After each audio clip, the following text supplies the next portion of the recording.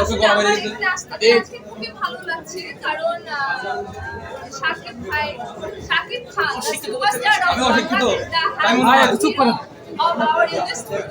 তো তার সাথে একসাথে বসে তার সিনেমা দেখবো এটা আমার জন্য অনেক বড় একটা ব্যাপার, সৌভাগ্যের ব্যাপার বলতে গেলে। আর এখানে আরো অনেক গুলি তারকারা আছে, অনেক সিনিয়র কলেজে আছে, বড় বড় তারকারা আছে। তো এটা আসলে শাকিব খানই পারে, উনি পারে একসাথে সব তারকাদের নিয়ে তার সিনেমাটা দেখা। এটা আমার জন্য খুব বড় একটা ব্যাপার। আর আমার দরদের ট্রেলার আমি দেখেছি, অনন্য মামুন পরিচালিত অনন্য মামুনের সাথে আমার প্রথম সিনেমা অস্তিত্ব ছোটবেলায় করেছিলাম আমি আর জোগান তো অনন্য মামুনের ছোটবেলা থেকে সে আমার one of the favourite director, তার কাজ আমি সবসময় দেখি। আর তার সাথে এখানে সাকিব খান আমার ট্রেলারটা খুব ভালো লেগেছে। আর ট্রেলারটা দেখে আমার প্রথম দিন থেকে আসার ইচ্ছা ছিল, বাট আজকে আসতে পেরে খুব ভালো লাগছে। আমি জানি সিনেমাটা খুবই খুবই খুবই সুন্দর, জাস্ট দেখার জন্য শাকিব খান সুপারস্টার, তার সাথে বলিউড যে প্রত্যেকটা তারকায় কাজ করেছে। বলিউড থেকেও সে নায়িকা নিয়েছে, হলিউড থেকেও সে নায়িকা নিয়েছে, বাংলাদেশের সাথে সে কাজ করছে। হয়তো আমাদের একটা টাইম আছে, বাংলাদেশের সবাই ভালো করতে পারতো, আমাকে দিলেও হয়তো আমি অনেক ভালো করতে পারতাম, বাট এটা তার চয়েস।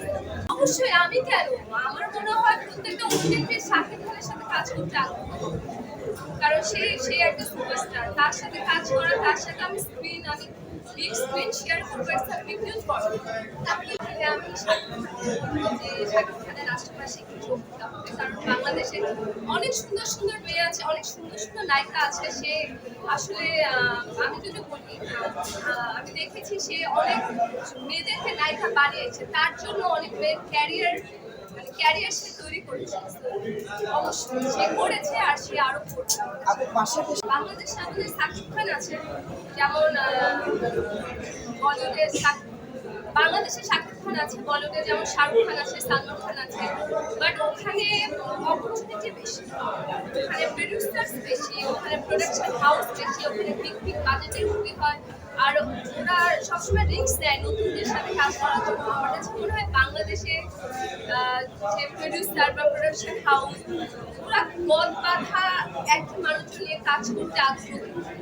তো ওরা যদি নতুনদের চান্স না দেয়, বা নতুন একটা ছেলে একটা মেয়েদেরকে যদি বিগ প্রোডাকশন নিয়ে কাজ না করে, চান্স না দেয়, তাহলে কিভাবে নতুন স্টার্ট তৈরি হবে, কিভাবে নতুন আইডিয়া তৈরি হবে?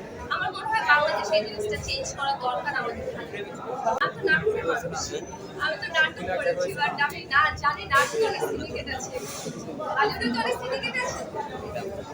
অবশ্যই এটা ভাবতে হবে, কারণ আমার কাছে মনে হয় বাংলাদেশে যদি হলিউডে আমাদের ইন্ডাস্ট্রিতে সিন্ডিকেট থাকে, তাহলে নতুন মানুষরা নতুন রাইজিং স্টার হতে পারবে। সিন্ডিকেটটা থেকে যারা প্রপার ট্যালেন্ট, ওদেরকে জায়গা দিতে হবে, ওদের সাথে কাজ করতে হবে। বাংলাদেশে অনেক ভালো ভালো গুণী অভিনেতা অভিনেত্রী আছে, তাদেরকে চান্স দিতে হবে, বড় বড় প্রোডাকশনে চান্স দিতে হবে, তাহলে রাইজিং স্টার হয়ে আসবে।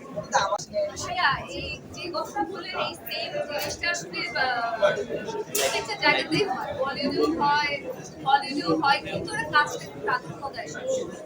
আমাদের ক্ষেত্রে আপনি যেটা বললেন যে ব্যক্তিগত রেশারেশি নিয়ে সবাই বেশি মাথামাতি করে, তো আমার কাছে মনে হয় ব্যক্তিগত personal life is personal life, and আমার professional life is professional life. দুটো যদি এক করি কোনোদিনই আমরা আগাতে পারবো।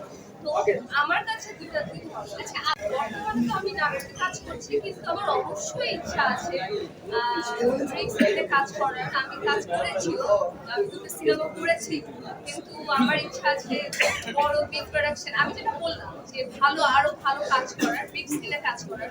আমি চাই ওখান থেকে বের হয়ে কাজ করতে। অফকোর্স অবশ্যই দরকার। শাকিব খানের মতো আরো যদি 5 জন বা আরো 10 জন থাকতো, বাংলাদেশ আজকে অনেক দূরে এগিয়ে যেত, আরো অনেক দূরে। সিয়াম আহমেদ আছে, সিয়ামের অ্যাক্টিং খুব ভালো লাগে, আর্টিস্ট ভাইয়া আছে, রোশান আছে, আমার কাছে মনে হয় ওরা সব